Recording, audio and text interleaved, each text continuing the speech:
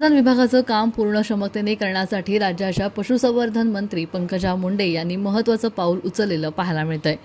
विभागातील रिक्त पदे भरण्याचा निर्णय त्यांनी घेतलाय। त्या अंतर्गत पशुसंवर्धन सेवा गट अ मधून पशुसंवर्धन विकास अधिकारी स वर्गातील 2795 पदे भरण्यासंदर्भात महाराष्ट्र लोकसेवा आयोगाला मागणी पत्र सादर करण्यात आल्याची माहिती पशुसंवर्धन व पर्यावरण मंत्री पंकजा मुंडे यांनी दिली।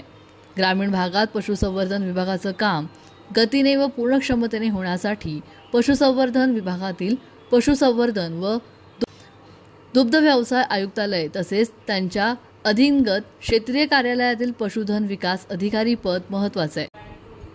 सुधारित आकृतीबंधानुसार महाराष्ट्र पशुसंवर्धन सेवा गट अ अंतर्गत पशुधन विकास अधिकारी स वर्गात एकूण 4684 पदे मंजूर करण्यात आली आहेत।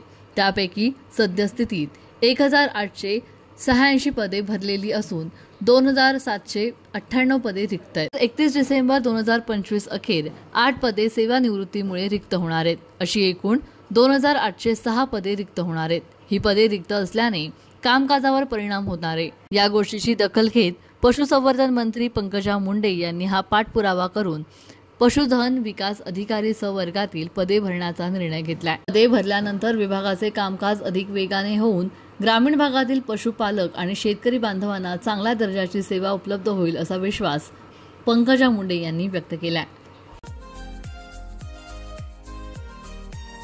असे नवनवीन व्हिडिओ पाहण्यासाठी आजच कृषी चर्चा फेसबुक पेजला लाईक करा आणि व्हिडिओ आवडला असेल तर नक्की शेअर करा।